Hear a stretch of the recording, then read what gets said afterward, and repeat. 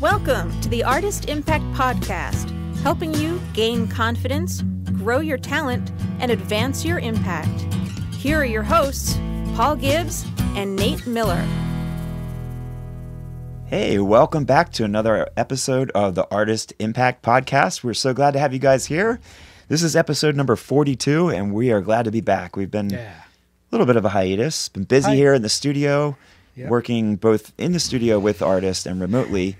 It's been busy, but getting back to this, we love doing this for you guys, talking about music and music-related things to help you make a bigger impact and a better impact with what you're doing and the way that God has blessed you in your music and your music ministry. Yeah. It's great. And it's what we love to do. Yeah. All right, so we got a bunch of stuff here. We're going to talk about copyrights in just a few minutes. Who owns a copyright? What is a copyright? Do you need one? I don't know. But there's a piece of paper here that tells us all about it. Well, then it must be true. It's got to be.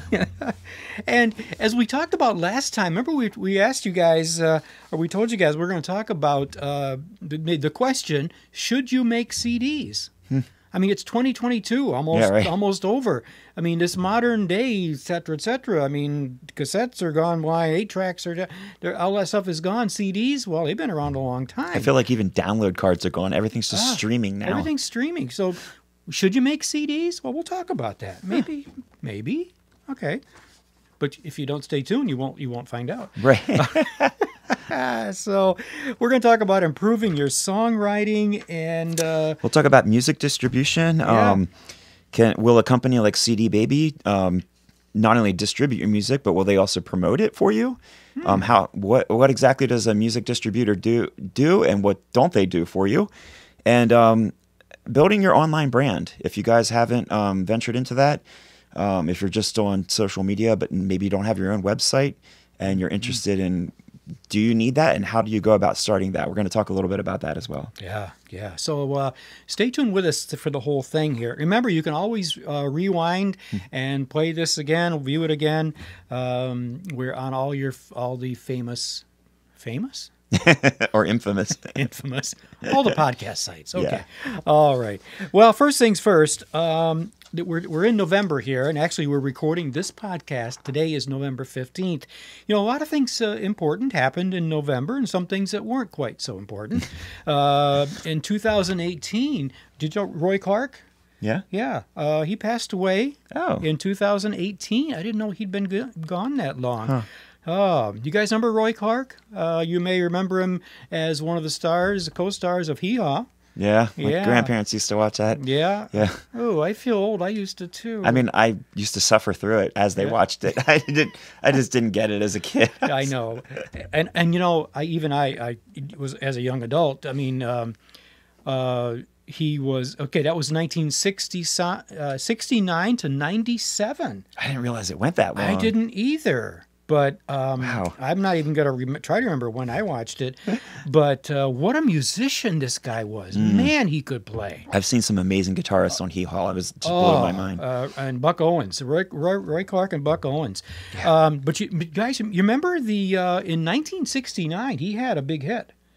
Yeah. What was it? It was Yesterday When I Was Young. Okay. You guys remember that? Yesterday When I Was Young. Huh. Remember that? Yeah, it was a great song. Probably his only, hit, name. Commercial hit, yeah. Commercial hit, right. So he died at age 85, and he died in 2018. Wow. In 2015, Miles Davis, great trumpet player, he was voted the greatest jazz artist of all time by listeners of UK stations, BBC Radio, and Jazz FM. And other people that were voted similar, great jazz artists were Louis Armstrong, Duke Ellington, Ella Fitzgerald, Charlie Parker, and of course, Billie Holiday. Oh, okay. Yeah. A couple more. Yeah. All right, 2011, John Lennon. All right. Get this, a cardboard sign. He made his cardboard sign that read Bed Peace. Peace, created by John Lennon for his 1969 Bed-In. Remember all those love-ins and all those things in? Well, 1969, bed-in peace protest in Montreal. Well, that sign was sold by Christie's auction house to an anonymous telephone bidder for $155,000. A piece of cardboard. A piece of cardboard. Oh my goodness! I'm in the wrong business. Yeah, I mean, I've got some cardboard out in the garage. Anyway. Yeah. All right, and finally, 1965, the Rolling Stones. You guys remember the show Hullabaloo? I mean, I know that by name. No, yeah. by name, and Yeah. I'm sure I probably watched it, but. I mean, Dick Clark's dance, whatever. American Bandstand? American Bandstand was the one I remember. Right. Well, the Rolling Stones in 1965, they made their debut in the U.S. on Hullabaloo. They performed Get Off My Cloud. Get Off of My Cloud. Yeah. And Hullabaloo was an American one-hour musical variety series, ran on NBC from 1965 through January 65 through August of 66. And there you go. Yeah. Interesting. Where did the Beatles make their U.S. debut? I don't remember. Wasn't that on the Ed Sullivan? Ed Sullivan show? Ed Sullivan show, yeah. Right here, right now, for your very enjoyment. Yeah. Stones were on the Hullabaloo. Oh, my goodness. Yeah. Cool. All right. Well, So we're talking about CDs. Oh, we're talking about CDs. What do you think? I mean, my wife and I still have a huge CD collection, and she actually put them all, like, it's taken her a long time. She's ripped them all from the CDs onto the computer and then put them on a flash drive, which we can run in our car, because our car stereos have a little USB stick that you can put in there. So we have, moved them to a different format, but we still have the physical CDs. Yeah. Yeah, they take up a lot of space, but I don't know. Just guys I behind. haven't bought one in 15, 20 years. I don't know. Me neither. Oh, me neither. maybe 10. Yeah. And I still sell some when I go out and do a concert. I sell. Yeah. It's shall we say the older generation that is buying the CDs. I wonder, are CD players still being made and They are readily made available? Definitely being made. You can find those. Just go on Amazon. You'll find CD players. Okay. But cars, they're not putting them in cars anymore. That's for sure. But and what did we say last time? CDs have been out. Is it 30 years? I think it was 30. Yeah. Out in the 80s, right? Yeah, I think we talked Sony about or Japan or something was the first one to come up with the technology. Yeah. Well, you guys, if you're thinking about doing an album, or you're in the process of doing one, or an EP. Now, EP maybe not quite so, EP, I guess, most release online. But if you're going to do a full CD, and we're working with an artist right now that is, two of them actually, that are going to do full CDs. And they're going to have CDs made. Right. Okay, so in 2021, last year, CD sales grew. I think we told you this before, but I'm going to read. It's worth repeating. Yeah. They grew for the first time in 17 years. Yeah. So anyway, should you have CDs made if you are an indie artist? Right. Well, yes. The answer is yes. The short answer is yes. Here's some. I guess we're done. Anyway, so here's five. How many? Five reasons. Okay, real quick. If you're, especially guys, if you're out there touring, I mean, one of our artists will not be touring, will not be doing live performances, but she wants to have CDs to give and to sell to family, friends, and whoever. Right. Another guy that we're working with, his plan is to go out and sing at churches and other Christian venues where he's going to be asked. People are going to say, hey, have you got CDs? Right. And he wants to have them available. So it's a great touring or concert revenue source. CD sales are still an important source of revenue during concerts. That's what people are still, especially, I don't know, what age group would you say? Maybe 40 and up? Yeah, 50 and up, good. Maybe. And those people are going out to concerts, especially if you're a Christian artist. Those people are coming out to see you. So they want to buy CDs. during the pandemic, of course, the concert CD sales really kind of dropped, but we're coming out of that now, and it's according to this article, it's time to bring those boxes of CDs out and get them for sale. You're gonna make. I mean, if you sell 3 or 4, you might sell 10, you might sell 20, but you know what? It all helps, and people are taking some of you and your music home with them. I think that's the thing. I think having something physical to hold in your hand, to remember and to take it home and to like own it. Like with all the digital stuff, it's just ones and zeros flying through the air. Like you don't physically own a part of the art, but if you have a CD with the artwork and everything, there's just something about that. There is something about that. Absolutely. Number 2, online sales are an important source of income, but streaming, the numbers of streams and downloads, of course, have increased for many artists. But similarly, CDs and even vinyl, guys, sales have also continued. So, piggybacking on number 1, online sales became a significant source of revenue for many artists, but CDs were no exception to the boom in these sales during that time. Number 3, and this is kind of cool. Even though CDs players have kind of disappeared from the newer cars, not everybody's driving a new car these days, guys. So CDs maybe have disappeared from our laptops and the computers and our home systems, but a lot of cars still have CD players, and a lot of people listen to a lot of music on them.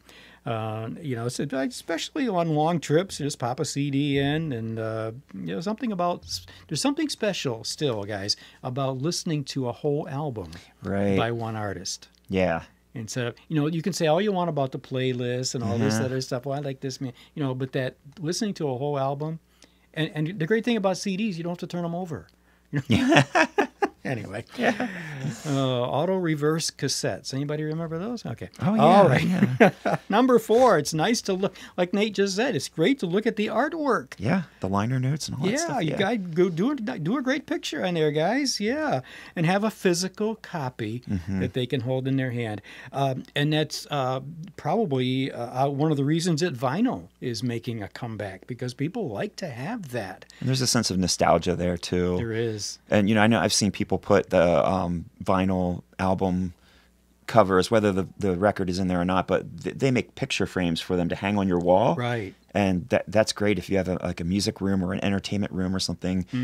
Looks great on the wall for artwork. It does, yeah. I was in a house just a couple weeks ago that had albums all over. That's cool. Yeah, so you look at the album artwork, reading the lyrics, putting them in the corner of your living room, like you said. Yeah. Vinyl is great for that, but some people just the CDs, more affordable. If you tried to buy an album lately? Oh my goodness, $25, $30. I haven't even looked at what they cost. Oh, $25, $30 for an album. Wow. Anyway, CDs are more mobile, of course, and you can just kind of throw them in your backpack, travel with them. They make great coasters. Yeah. Okay, finally, believe it or not, radio campaigns are using CDs. A great reason to create CDs of your new release is for pitching to radio stations. I would not have thought this. No. But it says, despite operating digitally today, many radio stations still prefer CDs when they're pitched new songs or albums. Some radio stations do accept digital copies, but major radio stations will want to have CDs submitted for pitching new songs on their airstreams. In some music magazines also, I don't know if people still submit to music magazines, but that's a good point. Yeah.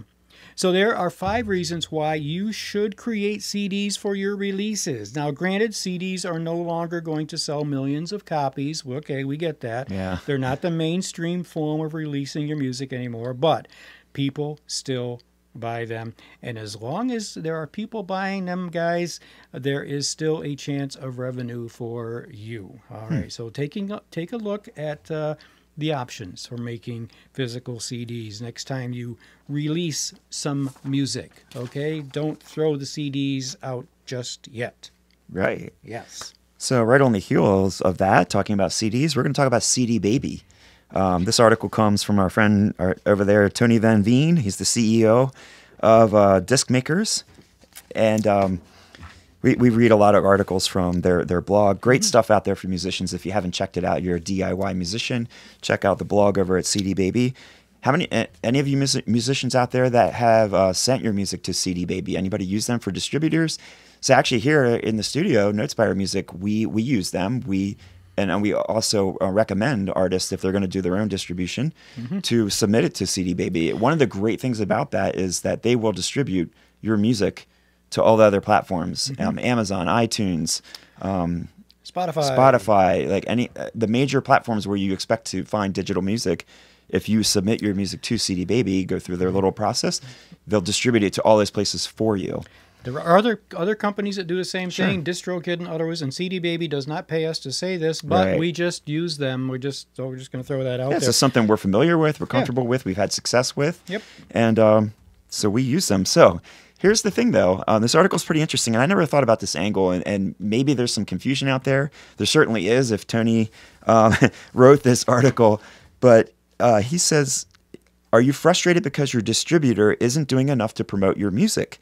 The problem isn't your distributor, it's your expectations and understanding of who is responsible for driving demand by your product, for your product. Yeah. So there must be some gray area or some questions there for people who do submit their music to things like CD Baby or DistroKid or TuneCore, these just distribution companies, and they expect not only from them to distribute their music to all these different platforms, but they're expecting CD Baby or TuneCore to actually promote their music. Promote them. And that's actually not what they're about. That's not what they're for. So if you thought that, or if you had a question about that, that's kind of what this article is explaining. So Tony said that one of the biggest questions he often got at different conferences and stuff were questions like this, like, why won't CD Baby promote my music? Or how am I supposed to get noticed if CD Baby won't promote my music?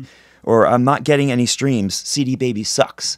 So, they're putting the blame on this distribution company, but they're just misunderstanding what they're about. So if you thought that about CD Baby, or if you were thinking about using them, listen up to this. This is just going to explain the distinction for what they do and what they don't for you. So what is the role of a music distributor? So let's get clear on the role of a music distributor. The distributor's main role is to get your music to the marketplace and make it available to people who want to buy it or stream it on the hundreds of streaming and download services around the world. So they're going to put it out there on all those things that we talked about, iTunes and Spotify, so that people are able to stream it and download it if they want. They're also going for physical distribution. That means they make it available to retailers, which mainly means physical record stores. But in the digital age, that mostly means retail platforms on their online network. So they're going to send it to places where people can purchase your music. So they will distribute your music both digitally and physically. But that's pretty much where their responsibility ends. The distributor is also responsible for sales and royalty reporting and for paying you in a timely manner. And then that's it. So they will pay you for the royalties for the streams that you get, but they're not going to promote your work. That's not what they're for. Right. So that's the big point of this article. Your distributor won't promote you. The distributor is not responsible for creating demand for your music. They provide the infrastructure, let's call it a pipeline network, he says, but it's not responsible for making sure that the people that stream your music, once they've delivered it to those sites, hear it. So that responsibility for creating the demand for your music lies with only one person. Guess what? That's you. The people who are listening to this podcast and those of you that are watching this on YouTube right now, you need to create the demand for your very own music. You are responsible for creating the demand for your music. You're lucky that, or he says, if you're on a label, you're lucky that they will also assume partial responsibility for creating that demand. But mostly it's on you, even if you're signed to a label. Here's a good little part of this article. I'm going to read this in whole here. He says, you have to create songs so great that people will want to listen to them over and over again. You have to perform shows so awesome that people will talk about them and will want to come and see you again in the future. You have to do the blocking and tackling and networking to build a fan list, one person at a time, through social media, email, and your website, and your live shows. You have to hit the road and perform with other bands so your fans get to know you. you have to submit your songs for playlist consideration. All those things that Tony just mentioned, those are on you. That's not done by a distribution company. You are the ultimate stakeholder in your music and your promotion. You probably need to spend some money on marketing and PR and online advertising, not just distributing your music to these platforms. Here's the thing. Nobody has more at stake with your music than you do. You are ultimately responsible for everything. So what do? You got to research and promote it. Creating demand for your music is quite possibly the most important of these responsibilities. Unless, of course, you do music just for the creative expression, which is fine, and you don't care about streams or sales or commercial success. But if you want commercial success as a musician, creating that demand is your responsibility. And if you don't know how to create that demand, there are lots of resources out there online. The internet is your friend. Just do Google searches, check on YouTube, and look for how to create demand for your music, and you'll find lots of great resources. Mm-hmm. Some of those resources include blogs, like the one that we're reading this article from, industry newsletters, music conferences, other musicians that you might know, and even companies you pay to do your marketing and PR to help you grow your fan base and create additional demand for your music. So that's how he ends it. And I think, in a way, this is kind of like his way of helping to draw a distinction for his own company, CD Baby. Right. And just to create a little knowledge there for people who might be confused about that. Yeah. And but the one thing he did mention there at the end, companies that you pay to do marketing and PR to help grow your fan base. Maybe a little shameless plug here, but I did want to mention this to our listeners and our viewers. We are one of those companies. If you need help in promoting your music and getting it out there, it might already be out there on these social media platforms. You might have even used CD Baby or DistroKid or TuneCore. So you're on all these streaming platforms, but they're not getting streams, they're not getting hits, they're not getting heard. Reach out to us if you need help to learn how to better promote your music. We have our own resources and channels here at Notespire Music, including Notespire Radio, the Just Got Music Hour podcast. We also help with digital marketing services. We have a team that helps to do that. And so if you need help with your music, reach out to us. info@notespiremusic.com. Go to our website, notespiremusic.com, reach out to us, and we'll talk, we'll dialogue, we'll find out what your needs are and see if we can help you to do just that. Yeah. Yep, that's what we're here for, friends, to help you do what God has called you to do. And that's what we're called to do. Yeah. So get in touch with us. All right, so we're going to take a quick pause here. We're going to talk about copyrights in just a second. Improving your songwriting through some critical listening. What's that all about? Yeah. And, of course, we always have to fill your heads full of other stuff, which we're going to do in just a minute. Right. We'll be right back after this. All of the podcasts produced at Notespire Music, as well as portions of the programming on WNSM-DB Notespire Radio, are sponsored by MTS Management Group, specializing in full-service artist management, publicity and promotion, and social media campaigns. MTS Management is on the cutting edge of today's new music business. To learn more, visit mtsmanagementgroup.com. MTS, where indie artists go for major coverage. And by singer, songwriter, worship leader, and author Pauline Williams. Her latest devotional book is called Road to Life, and you can hear Pauline's podcast, The Daily Walk, on your favorite podcast site. Find out more at her website, paulinesmusic.com. That's paulinesmusic.com. We thank these folks for their partnership and support. To find out how you can advance your impact by becoming a sponsor of Notespire Music, visit our website at notespiremusic.com. And now, from a basement somewhere in Pennsylvania, the Artist Impact Podcast. Here are your hosts, Paul Gibbs and Nate Miller. And we are back. Yeah. How you guys doing? We forgot to ask you this at the beginning. Is everybody doing okay? Wherever you're watching, listening, and whenever it happens to be. I hope that you're doing okay. We're coming into the holiday season, Advent season, and it's a joyous time of year. We forgot to mention that on our radio station, Notespire Radio, we will be starting to play Christmas and holiday music on the 1st of December, right up through the end of December. Send us your music, by the way. Email info@Notespire Music. We want your music. Okay, so we hope you're doing well. We do. Yeah. So some great stuff here for you, folks. You got your pencil? Write this stuff down. Okay. Did you ever read Moby Dick? I don't think I did. No. Okay, me neither. Call me Ishmael? Yeah, I guess. Yeah. That's the only part of it I know. And there was a whale. Okay. Well, Herman Melville wrote Moby Dick, and he died in 1891. That's an old book. Wow. Well, after he died, Moby Dick was reprinted, and this time around, critics started to take it more seriously because he actually wrote it in 1851, and it was initially considered a big flop. Nobody cared. Always the case. Things that always become popular posthumously. Yeah, later on. Yep. Now it's considered to be one of the great American literary classics. Yep. Yeah. So there you go. If you want your music to be popular, you got to pass away first, or fake your own death or something. Or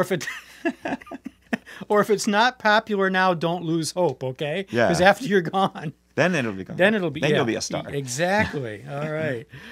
Well, let's see. Bunt. You like bundt cakes, guys? Bundt cake is derived from a type of European cake called the Gugelhupf. I'm not going to say that again.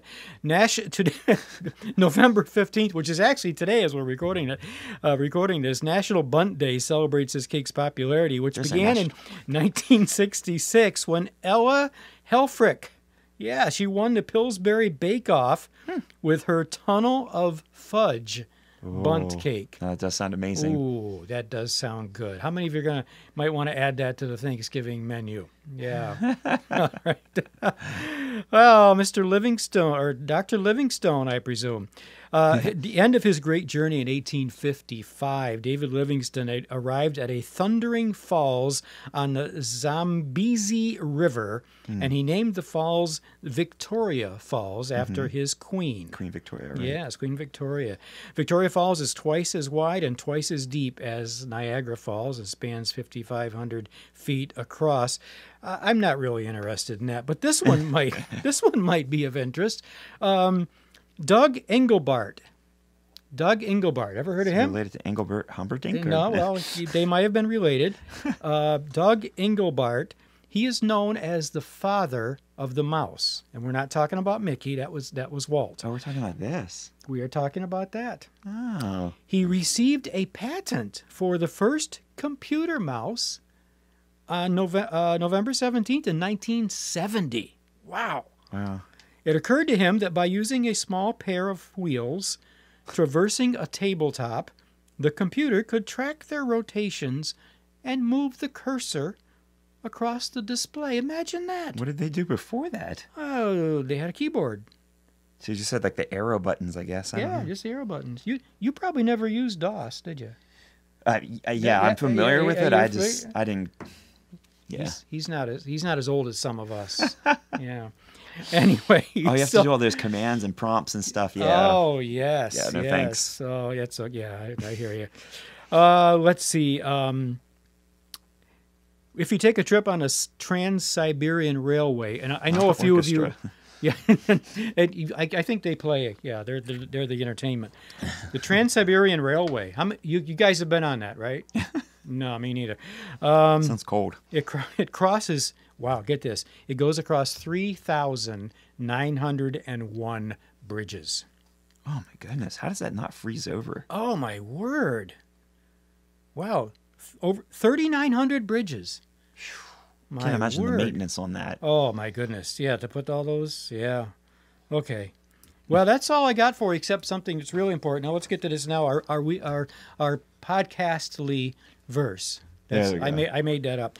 Psalm 91, verse 4. Of course, he will cover you with his feathers, and under his wings you will find refuge. His faithfulness will be your shield and rampart. Amen. Psalm 91, verse 4. Okay, let's get to copyright stuff. You guys, how many of you write your own music? Yes. Okay. Right. And have you copyrighted it, or maybe you're not sure how to copyright it. Maybe you've just put a copy in on a cassette tape or a sheet of music or a CD or an MP3 or whatever, and you've sent it to the Library of Congress. Okay, some of you have done that. Some of you have no idea what I'm talking about. I understand that. Some of you believe, and I'm not saying it's not true, that once you write the song, once you create that song, it is copyrighted. Now, you may have to prove that, but it is copyrighted. Right. Okay. But who owns the copyright? Well, in simplest terms, of course, you or I or Nate, we write a song individually. We own the copyright. The person that writes the song. It's your intellectual property.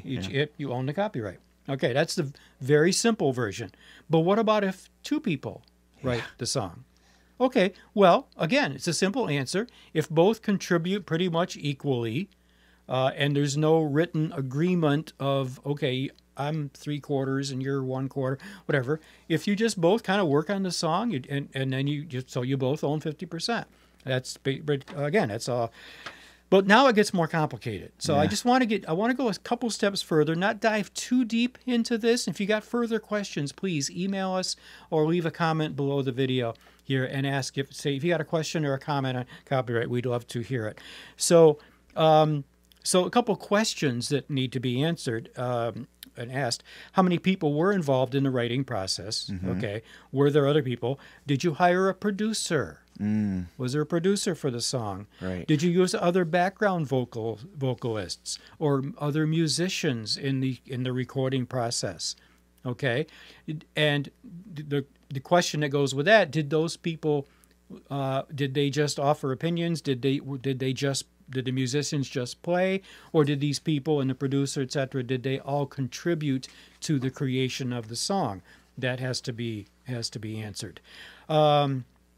So in general, the individual who writes or records an original song owns the copyright of the musical work or the sound recording. So it's common that for two or more individuals to be involved, and co-authors of a song then co-own the copyright of that work. Okay, and again, like I said, if there's no individual pre-agreement as to percentages, then everybody owns an equal share, basically. Okay, so now let's go one step deeper. When an individual is an author of the work of the song, and it depends on whether the individual has control. All right, so this goes a little further. Let's say I'm writing a song, and I ask Nate to make I want to write one of the verses, but I don't like really what he wrote, or I have suggestions, and I have the final say of what that verse says or what the chord structure of the song is. That means I generally have control of the song. So, and I'm just asking Nate to help. If I have the ultimate control of how the final product is, then I'm the owner of the song. But if we contribute equally, then, as we said, we're co-owners of the song. Let's see, and let's go just one final step on this. I'm kind of oversimplifying it, but there is such a thing. Maybe you've heard this term, work for hire. Now, we have a client that has come to us with, for example, he comes to us with lyrics. He does not write music. He asks us to write the music. We write the music for him. And then he has control over the final product. That means our client is the owner of the copyright. He has simply hired us to write the music. So it's a one-time fee for us to add our part to it, but then we relinquish all control back to the author of the song. Back to the author of the song. Yeah. And so we'll kind of So in the case of a work for hire, the employer or the person doing the hiring, not the individual writer, is the author and owns the copyright. If you do some research and go back into the 40s and 50s, way back, that was very often the publishing companies, the record companies, would very often hire writers to write songs for them, maybe for a movie soundtrack or something like that. The company would hire the songwriters. The songwriters did not own the songs; the company did. So that was. And if you, so again, I'm gonna just kind of stop it there. If you have further questions on that, you can do your own research, or please do reach out to us, and we will be happy to dig a little deeper into that. Maybe you're in the process right now of writing a song. Maybe you're co-writing a song with somebody, and you say, "Oh yeah, you know, I didn't think about that. Who owns the copyright? Who's if this thing blows up and becomes a hit? Who gets compensation here? Right. So so if you got more questions on that, on copywriting, and should you send your music into the Library of Congress? How do you go about copywriting it?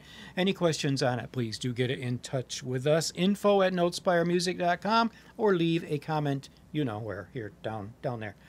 Yeah. Do we want to do songwriting, or? Oh, I think it's your turn. I need some coffee. Okay. Go ahead. So we talked earlier about CDs. Should you make CDs? We said the short answer is yes. They're still viable, actually still fairly popular. We talked about CD Baby, who will make CDs for you. Like, you send your music in, they'll print the CDs for you, and they'll distribute your music both digitally and physically, but they're not going to promote your music for you. So the next step, if you haven't done this yet, is you got to get out there online and promote your music. Yeah. So some of you guys are using existing social media platforms such as Facebook, Instagram. There's several other ones out there. Reverb Nation. Plenty of them out there that you guys can use. And they're okay, but you can go further than just using these kind of pre-existing platforms. They do a lot for you, but here's an example. I know I look up businesses online trying to find their website. I'll find a Facebook page for them. They don't have like their hours of business or something, a little bit about them, but they don't have their own website. Right. And it can get frustrating because you can't find the information that you need. You guys find that out? You got to sift through whatever Facebook will show you, or what little information about the place is on Facebook. So there's a kind of an example. There's limitations to the ones that are out there. So this article is by Robert Brandel. He says, to be successful, you need to establish a strong online music brand, no matter what kind of music you're creating. Here are 5 things you need to consider when building yours. So if you're going to promote yourself online, promote your music beyond just using these pre-existing kind of cookie-cutter social media platforms out there, here are 5 things to think about. 1, build an artist website. Yes, musicians can use many online platforms. We talked about some. But having a website, a dedicated website, is crucial. Your website address is truly yours, and it cannot get canceled, shut down, or suspended like social media platforms can. A website allows you to have total control over your fans' experience. It's also an artist website simply gives you more control and independence in what you share with your fans and what they see and what they have access to. So the first thing you're going to need to create your own freestanding personal or band website, musician website, is a website builder. There are even specialized website builders out there for musicians like Bandzoogle and Bandvista. You can look at Squarespace. What's the other one? Webpix or something like that. There are tons of them out there. You guys know. So you don't have to spend tons of money on building a site from scratch or learning coding or anything like that. Right. You can do it in a couple of hours using a website builder without any previous experience. So, take advantage of these website hosts out there that will create websites for you. They have tools and templates that you can pick from and really kind of customize to make exactly what you want, within the limitations of the ones that they provide for you. But you have much more freedom and ability to create it the way you want it to look than you do on, say, Facebook or Instagram. People may find you on Facebook or Instagram, and then if they, that's fine. But then that should take, if they find you on Facebook, they should there should be a link to your website your website from there, right? Yeah. So you're going to need a domain name and an email address. Your site's unique address is how people will access your website. And creating a suitable domain name gives your site credibility and improves the visibility of your music brand online. Mm-hmm. People will remember your name and find your site much more easily. So rather than doing a random search for your band and finding a couple hits on, here's a couple Instagram photos, or, well, it looks like they have a Facebook page, you're going to have a dedicated website that people will look up and find, and all your information is going to be there. Your band photos, your band bio, your events, where you're playing, access to merch if you haven't, anything you can think of, videos, sound bites. It's all there in one place, and you have complete control over it. You can also use a custom email address most of the time if you have your domain. So for example, it might be like ours, info@notespiremusic.com. We have the domain name, notespiremusic.com. Our email is info@. You can have a customized email if you create your domain name. Your custom domain name also lets you rank your website for the right keywords and get better rankings in search results. So here's another thing, search engine optimization. If people do a quick Google search for you, if you have a website, you're going to come up higher in the Google results than you will if you just have a Facebook page. Definitely. So it definitely is going to push you up in search results.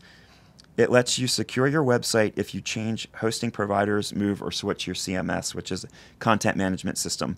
So as long as you own that domain, if you ever have to change to a different web host, you own that address. It's going to stay with you. Which could just throw in, you might want to start, if the budget's low, you can start with the free ones or very cheap. Right. Okay, you get that domain name that belongs to you. If you want to switch that, for example, to like maybe to Squarespace later on, which is more money, when you can afford it, you can take that domain name with you. Right, yeah. So it remains a unique address that's always going to stay with you. Right.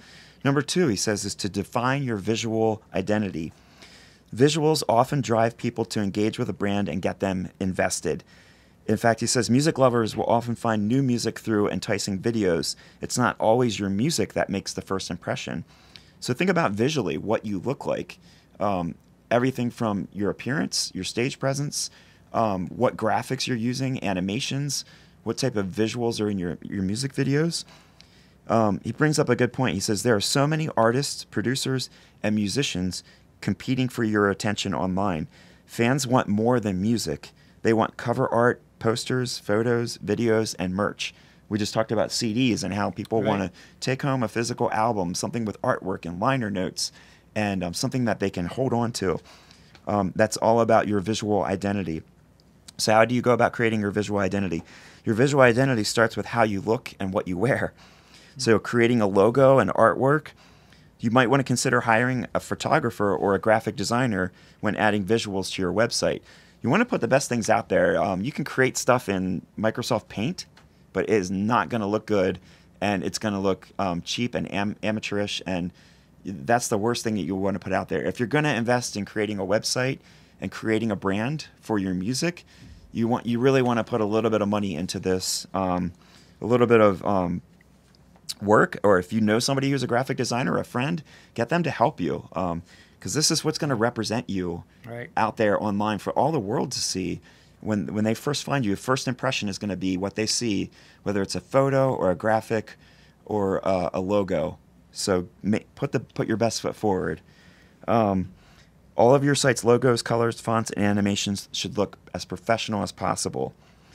And here's another thing to consider. It's not just having professionally made and quality visuals, but consider your audience and the genre and the subculture of the music that you're writing and performing. It's about having the right visuals, he says, knowing your music genre and scene and the fans who love it. Study what other successful acts are doing and learn what people care about. There's all kinds of things that are sort of characteristic to your genre of music.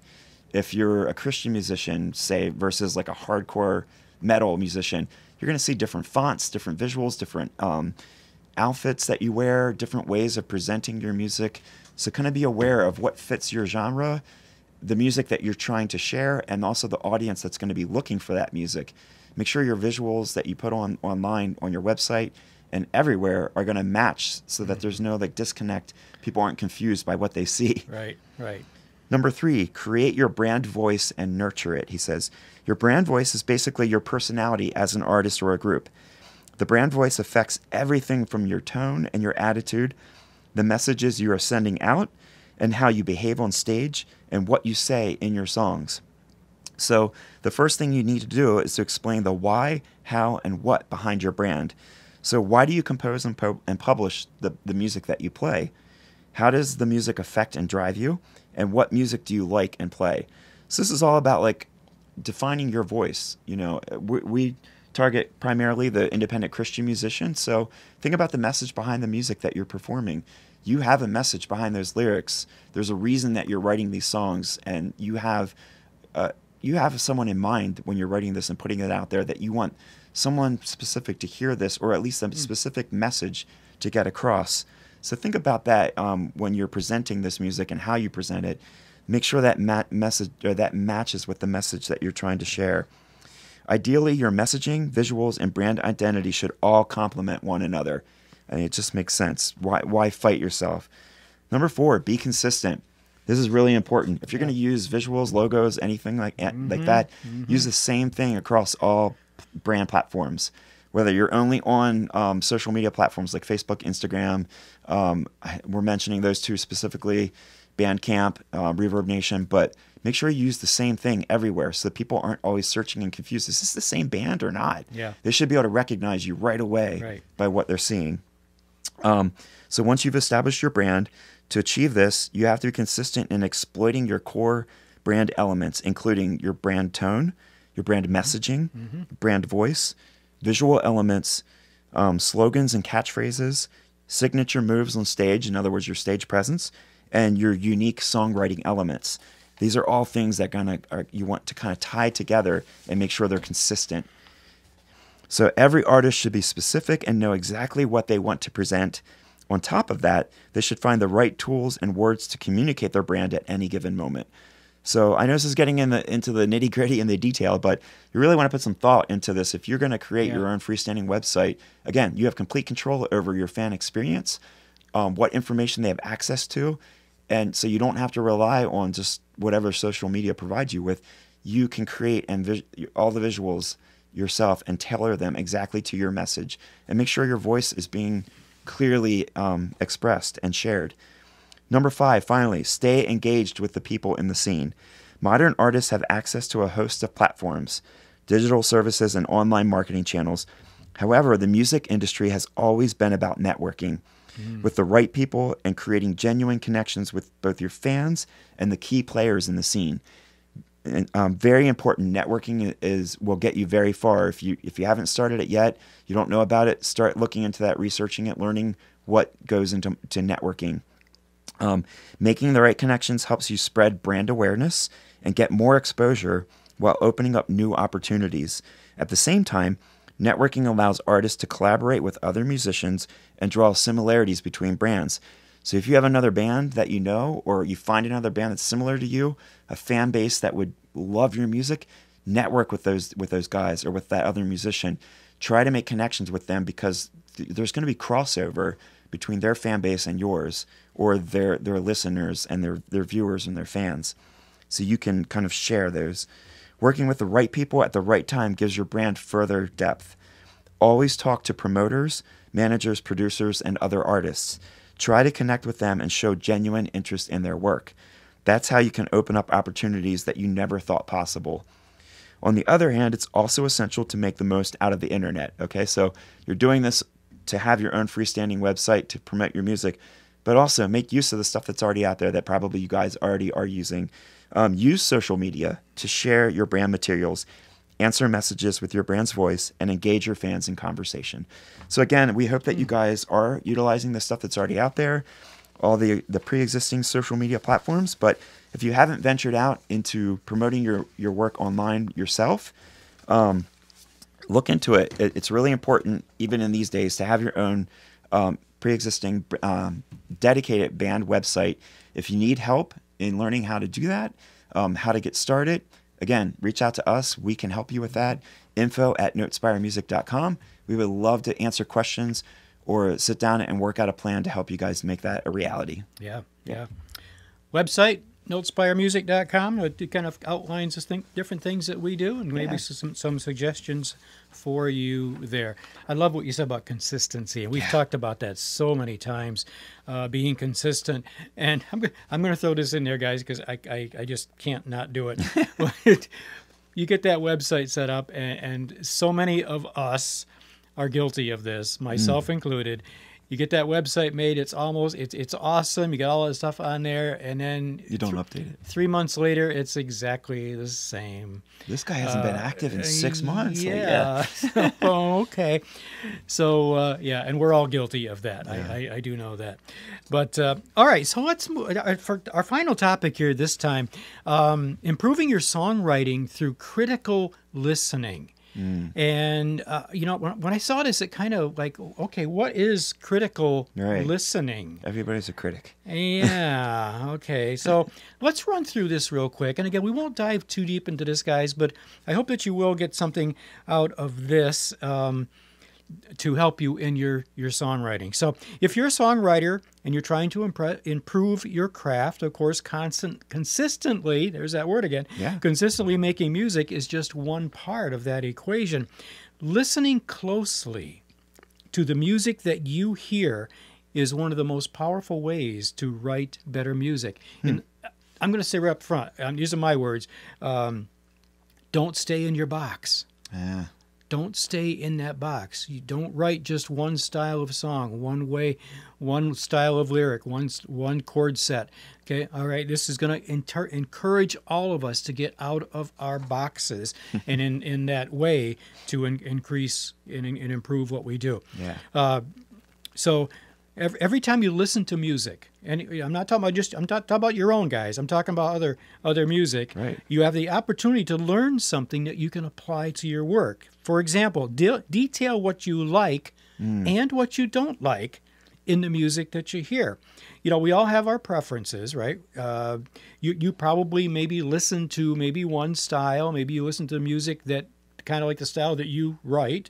All right, but you might be missing out on a valuable opportunity to hone your craft some more if you just stop at one style, or if you stop at your initial reaction to the song. In other words, you hear something on the radio, you hear something wherever, and you form an opinion. Yes, I like that. No, I don't like that. Especially if you say, no, I don't like that. So you turn it off. But why don't you like it? Yeah, exactly. Yeah. So, or you just move on to the next song without saying, well, wait a minute. Okay, so let's dive a little deeper. So if something moves you in a song, however that move may take its form, find out exactly why. Yeah. Why does that move you? And apply that to your own work. So this is kind of like music appreciation. I don't know if they still have classes on that or not. Music Appreciation 101. Here we go. So if we said, if you stumble across the music that you really don't like, all right, well, learn exactly why you feel that way, and then avoid. Don't use that in your music. Don't do that in your music. That may be like a duh, but it's something worth saying. So make a habit of doing this whenever you listen to music, and you're going to find a constant source of inspiration, in many forms of inspiration, for your songs, and awareness of how music works. All right. And what to do and what not to do. Yeah. So, and here, okay, we're going to dive a little deeper now. Practice mentally mapping out. This is key, yeah. Mapping out the songs that you hear. Yes. What does that mean? This is a great way to learn how to write songs. So every song you listen to is an opportunity to map that song that you're listening to, map it out. What does that mean? Well, that means you separate the musical features of the song. For example, what instruments are used? What's the tempo of the song? What pitch? What key is it in? How is it produced? What instruments are used? What's the style, et cetera, et cetera. Now, we know it's awful easy to get overwhelmed by a piece of music, all right? And say, okay, no, I can't pick that apart. That's too, okay. But just try to focus on understanding the inner workings of the song. Now, this takes some practice, okay? You're not going to do this perfectly on the first song you hear. But the more you try mapping out, just try to understand how songs are constructed and what they're constructed with. Okay, that's what we're talking. Chime in here. Yeah.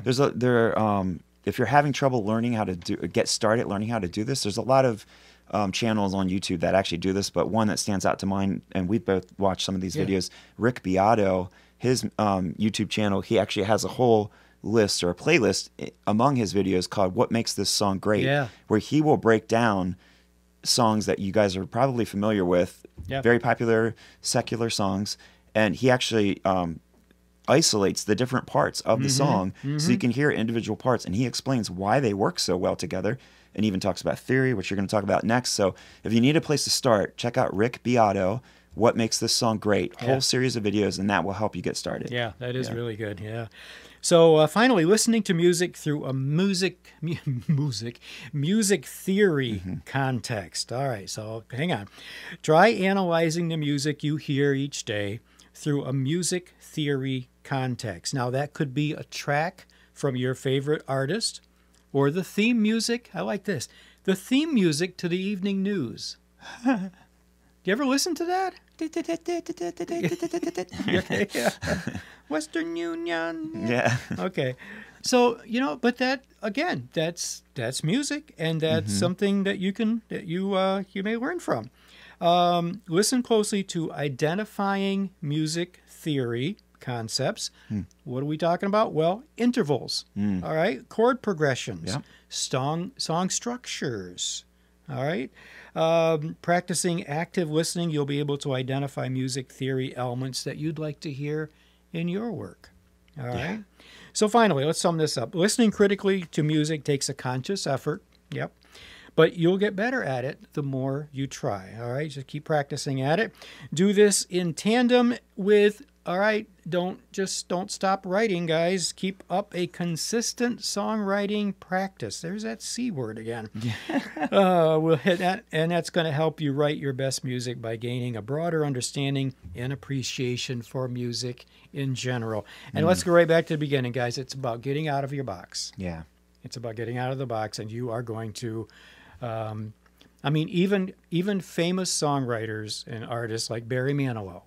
Finally, all right, you remember every single song of his in the first 3 or 4 albums, every single one was pretty much the same style. And I say that half jokingly, but he had a style. He really did. But then later on, he got out of that box, and he was writing all different kinds of stuff and recording. So I'm not saying you have to write like Barry Manilow, but anyway, there is something about getting outside your box, learning from other things, learning from what you like, learning from what you don't like, and it's going to help you as a songwriter. Yeah, for sure. Yeah. All right. Well, thank you guys for sitting in with us again. This is the Artist Impact Podcast, episode 42. We want you to connect with us if you can. Leave a comment below if you're watching this on our YouTube channel, which is Notespire Music TV. You can reach out to us directly at info@notespiremusic.com, where that's our website, notespiremusic.com. We're on Facebook. We're on Instagram in terms of social media. And we also have a 24/7 internet radio station, Paul. Notespire Radio. Okay, that's not the jingle. That's not the jingle. WNSMDB Notespire Radio, guys, is on the internet. It's been on for over 4 years. You can find it at notespireradio.com. You can also stream it on your phone, your mobile device, by using any of the mobile apps for listening to internet radio. Live 365 is probably the primary one, but there are others as well. So please do tune in. And remember, we're always looking for your music. So if you'd like to submit music for the radio station, please use that email, info@notespiremusic.com. Other 2 podcasts, we have the Artist Insight, which is interviews, which we'd love to have you. If you're a Christian artist with some music that we can talk about, maybe you got a new release, maybe an EP you're working on, maybe Christmas music, get in touch with us. We'd love to have you as a guest on the Artist Impact. And then it's my honor and pleasure to host the Just Scott Music Hour each and every week. New episodes out every Friday, and that's a 1-hour show that for the most part just has the music of independent music independent Christian artists. Yeah, and we put your music on there as well. So, and that podcast is played on, is it 15 different radio stations? We're on 15 different radio stations. Yeah, so if you get your music on that podcast, it's effectively being shared to 15 other internet radio stations. So great way to distribute and promote your music. It's how we help you do what you're called to do. Yeah. So let's see. And if you'd like to be a sponsor of any of our podcasts and also part of some of the programming on Notespire Radio, please do get in touch with us. That's how another way we can help you get your ministry, your music out there to the world, is by mentioning you as a sponsor on our podcast and radio station. If you want to know more about that, go to notespiremusic.com and click on services and scroll down and you will find it there. Yeah. What else? I think that's it. I think that's it. All right. Well, guys, it's been great. Thank you so much for being with us. Yeah. And we will see you on the next time. We're going to be talking about all kinds of music and stuff. Trivia. How about this one? I like this. Not everybody can play and sing at the same time, especially bass players. That is a tough skill. That's a tough one. All right. If you are a bass player and you sing at the same time, God bless you. There are a few bands that have a lead singer that's a bass player. And next time we're going to talk about some of the famous ones. And I'm also going to give honorable mention to a guy that I played in a band with years ago. He was one of the most awesome bass players and had a wonderful singing voice. And I'm going to tell you all about him as well. So, all right. So until we see you next time, friends, please do take care of yourselves. And take care of each other. See you next time. God bless. Bye-bye. Bye. The Artist Impact Podcast is a production of Notespire Music, LLC. At Notespire Music, we empower independent Christian musicians to grow their God-given music potential by refining their craft and extending their music ministry reach through mentorship, training, trusted resources, music production, and artist promotion. Notespire Music, helping you gain confidence, grow your talent, and advance your impact. For more information, visit notespiremusic.com. That's NOTESPIREMUSIC.com.